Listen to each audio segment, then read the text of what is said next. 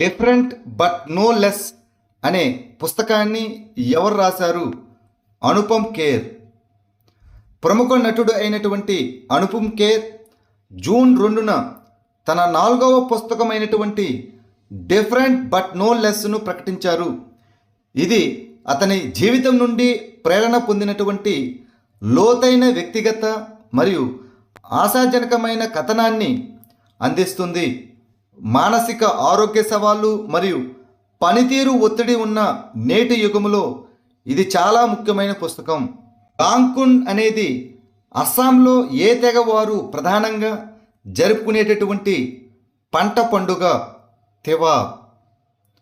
అస్సాంలోని కర్బీ ఆంగ్లాంగ్ జిల్లాలోని ఉమ్సోవై గ్రామంలో తివా గిరిజనులు లాంకున్ పండుగను జరుపుకున్నారు. లాంకున్ పండుగను లంకాంగ్ పండుగ అని కూడా పిలుస్తారు. పంట కోత పండుగ లాలుంగ్ అని కూడా పిలువబడే తివా ప్రజలు అస్సాం, మేఘాలయ, అరుణాచల్ ప్రదేశ్, మణిపూర్, నాగాలాండ్, బంగ్లాదేశ్ మరియు మయన్మార్లో కనిపించేటటువంటి టిబెటో బర్మీస్ సమూహం. అస్సాంలో వారు షెడ్యూల్డ్ తెగగా గుర్తించబడ్డారు మరియు జుమ్ సాగుతో సహా సాంప్రదాయ వ్యవసాయాన్ని అభ్యసిస్తారు. ఫిచ్ రేటింగ్స్ ప్రస్తుత ఆర్థిక సంవత్సరానికి భారతదేశ ఆర్థిక వృద్ధి అంచనాను 6.5% నుండి ఎంత శాతానికి పెంచింది? 6.9%. బలమైన దేశీయ డిమాండు, పెరుగుతున్న వినియోగదారుల వ్యయం మరియు సహాయక ఆర్థిక పరిస్థితులను పేర్కొంటూ ప్రస్తుత ఆర్థిక సంవత్సరానికి గాను భారతదేశ ఆర్థిక వృద్ధి అంచనాను ఫిచ్ రేటింగ్స్ 6.5% నుండి 6.9%కి పెంచింది. న్యూఢిల్లీలో ప్రారంభించబడిన ప్రపంచంలోనే మొట్టమొదటి డిజిటల్ గిరిజన విశ్వవిద్యాలయం పేరు ఏమిటి? ఆది సంస్కృతి. ఆది కర్మయోగి అభియాన్ జాతీయ సదస్సు సందర్భంగా న్యూఢిల్లీలోని భారత మండపంలో గిరిజన వ్యవహారాల మంత్రిత్వ శాఖ ప్రపంచంలోనే మొట్టమొదటి డిజిటల్ గిరిజన విశ్వవిద్యాలయం అయినటువంటి ఆది సంస్కృతిని ప్రారంభించింది. ఇది గిరిజన కళ, సంస్కృతి, చేతి పనులు మరియు జ్ఞాన వ్యవస్థల కోసం ఒక డిజిటల్ అకాడమీ మరియు ఈ లెర్నింగ్ ప్లాట్ఫామ్. 107 డేస్ అనే ఆత్మకథను ఎవరు రాశారు? కమలా హ్యారిస్. 107 డేస్ అనే ఆత్మకథను యునైటెడ్ స్టేట్స్ యొక్క మాజీ ఉపాధ్యక్షురాలు అయిన కమలా హారిస్ రాశారు. కమలా హారిస్ రాజకీయ జ్ఞాపకాలైన 107 డేస్ను రచించారు. స్వచ్ఛ వాయువు సర్వేక్షణ్ 2025లో మిలియన్ కంటే ఎక్కువ జనాభా కలిగిన నగరాల జాబితాలో అగ్రస్థానంలో నిలిచిన నగరం ఏది? ఇండోర్, మధ్యప్రదేశ్. స్వచ్ఛ వాయువు సర్వేక్షణ్ 2025 అనేది జాతీయ స్వచ్ఛ వాయు కార్యక్రమం కింద పర్యావరణం, అటవీ మరియు వాతావరణ మార్పు మంత్రిత్వ శాఖ వార్షిక సర్వే. ఇండోర్ మిలియన్లకు పైగా జనాభా కలిగిన నగరాల్లో అగ్రస్థానంలో ఉంది. తర్వాత స్థానంలో జబల్పూర్ మరియు ఆగ్రా, అదేవిధంగా సూరత్లు నిలిచాయి. నవీ ముంబై 4వ స్థానంలో, కాన్పూర్ 5వ స్థానంలో నిలిచాయి. 3 నుంచి 10 లక్షల కేటగిరీలో అమరావతి మొదటి స్థానంలో ఉంది. 3 లక్షల లోపు కేటగిరీలో దేవాసు, ఇది మధ్యప్రదేశ్లో ఉంటుంది, మొదటి స్థానంలో ఉంది. బోండా తెగ ప్రధానంగా ఏ రాష్ట్రంలో కనిపిస్తుంది?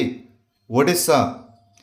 బోండా తెగ ప్రత్యేకంగా దుర్బల గిరిజన సమూహం అనగా పీవీటీజీ మరియు భారతదేశంలోని పురాతన తెగల్లో ఒకటి. వారు మల్కాన్గిరి జిల్లాలో మాత్రమే కనిపిస్తారు. ప్రధానంగా ఒడిస్సాలోని కైరాపుట్ బ్లాక్లో ఉన్నారు.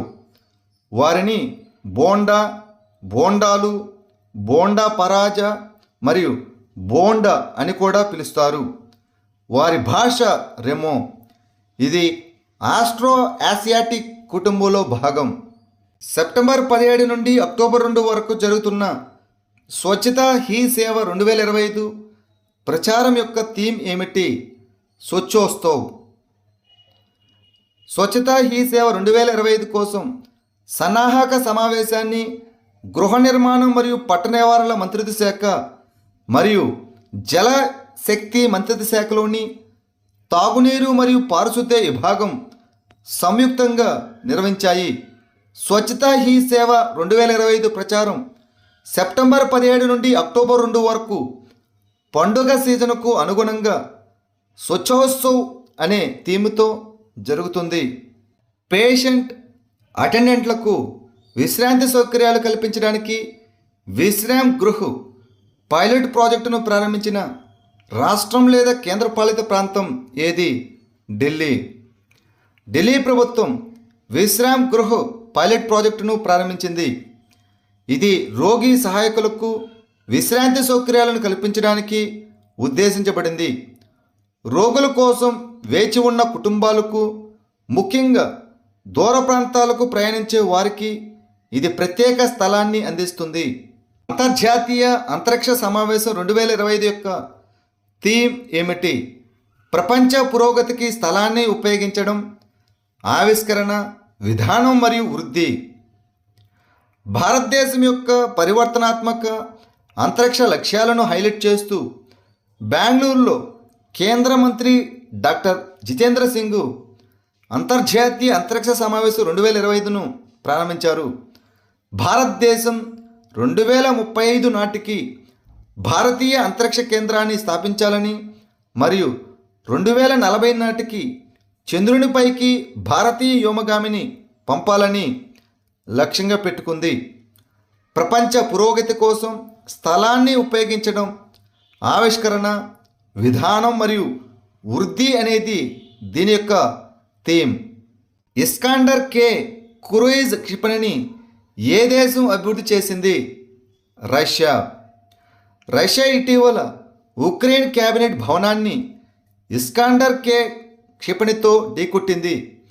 ఈ ఇస్కాండర్-K అనేది మొబైల్ షార్ట్ రేంజ్ క్రూయిజ్ క్షిపణి. దీనిని SSC-8 అని కూడా పిలుస్తారు. ఇది ఫిబ్రవరి 2017లో రష్యన్ సాయుధ దళాలతో సేవలోకి ప్రవేశించింది. ఇది వ్యూహాత్మక దాడుల కోసం నిర్మించబడింది. సామాజిక భద్రతను బలోపేతం చేయడానికి మరియు సమ్మతిని సులభతరం చేయడానికి స్ప్రీ 2025 మరియు ఎమ్నెస్టీ పథకం 2025లను ప్రారంభించిన సంస్థ ఏది? Employees state insurance corporation ESIC. Employees state insurance corporation spree 2025 మరియు ఎమ్నెస్టీ స్కీమ్ 2025ను ప్రారంభించింది. స్ప్రీ 2025 అనేది యజమానులు మరియు ఉద్యోగుల నమోదును ప్రోత్సహించే పథకం. డిసెంబర్ 31, 2025 వరకు అమల్లో ఉంటుంది. ఇది యజమానులు మరియు ఉద్యోగుల మధ్య నమ్మకాన్ని పెంచుతుంది. అదేవిధంగా ఎమ్నెస్టీ స్కీమ్ 2025 అక్టోబర్ 1 నుండి సెప్టెంబర్ 30, 2026 వరకు అమల్లో ఉంటుంది. ఇది ESI చట్టం కింద నష్టాలు, వడ్డీ మరియు కవరేజీకి సంబంధించిన వివాదాలను పరిష్కరిస్తుంది. ముఖ్యమంత్రి గురు శిష్య పరంపర పథకాన్ని ప్రారంభించిన రాష్ట్ర ప్రభుత్వం ఏది? బీహార్. బీహార్ ముఖ్యమంత్రి గురు శిష్య పరంపర పథకాన్ని ప్రారంభించింది. ఇది గురు శిష్య వ్యవస్థ ద్వారా అరుదైన జనపద కళలు, సంగీత సాంప్రదాయాలు మరియు చిత్రాలను పునరుద్ధరించడం లక్ష్యంగా పెట్టుకుంది. గురువులకు నెలకు 15,000 రూపాయలు, సంగత్ కళాకారులకు నెలకు 7,500 రూపాయలు మరియు ప్రతి శిష్యుడికి నెలకు 3,000 రూపాయలు అందుతాయి. అదేవిధంగా 2025-26 ఆర్థిక సంవత్సరానికి బీహార్ ప్రభుత్వం ఈ పథకానికి 1.11 కోట్లు కేటాయించింది.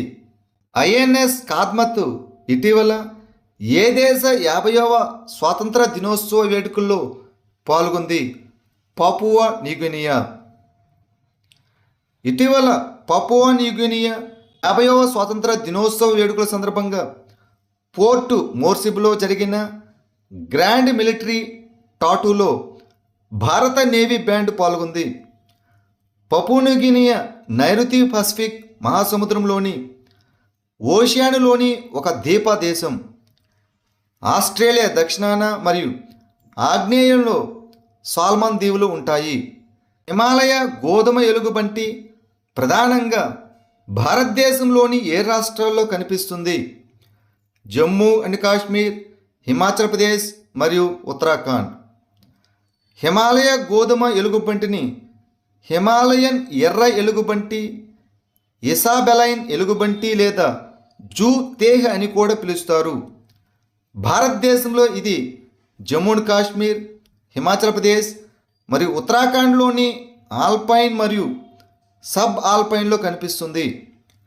International union for conservation of nature అనగా IUCN పరిరక్షణ స్థితి వచ్చేసి తీవ్రంగా అంతరించిపోతున్నది.